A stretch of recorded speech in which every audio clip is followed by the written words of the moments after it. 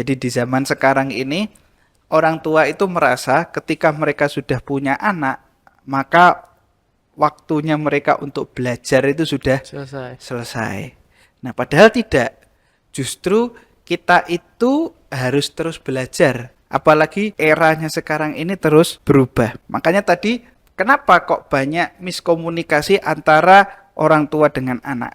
Sebetulnya kalau kita teliti, sebagian besar masalahnya adalah orang tua ini tadi tidak belajar, Hmm. tidak berusaha Memahami. mengetahui, tidak berusaha memahami, tidak berusaha membaca kondisi. Pada akhirnya ya sudah bisa dibilang ada egoisme di dalam diri orang tua.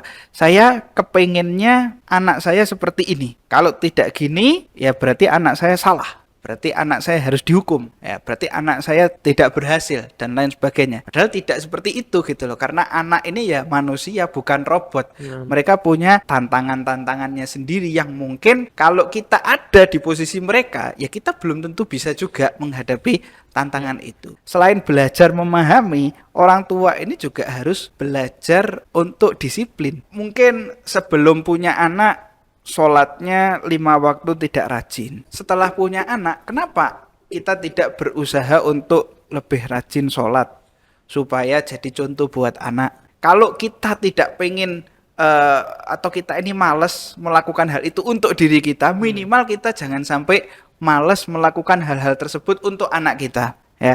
Nah, ini yang jadi sorotan, kenapa kok orang tua di zaman sekarang ini susah, merasa berat di dalam mendidik anak.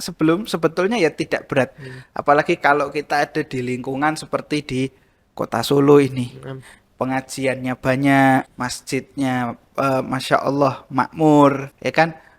Mau majelis taklim untuk anak dari yang paling kecil sampai yang sudah Dewasa. brewoken, semuanya ada di sini. Artinya peran kita sebetulnya cuma tinggal mengawasi aja. Ya. Artinya apa? Artinya ini sebetulnya kembali kepada kemauan orang tua untuk mendidik anak, kemauan ibu untuk fokus kepada anak, kemauan seorang ibu untuk ada di dalam rumah 1 kali 24 jam demi anaknya. Kemauan seorang ayah untuk mengorbankan waktu duduk-duduknya di sore hari atau di malam hari, kembali ke rumah, duduk sama istrinya dan duduk sama anaknya selepas selesai kerja.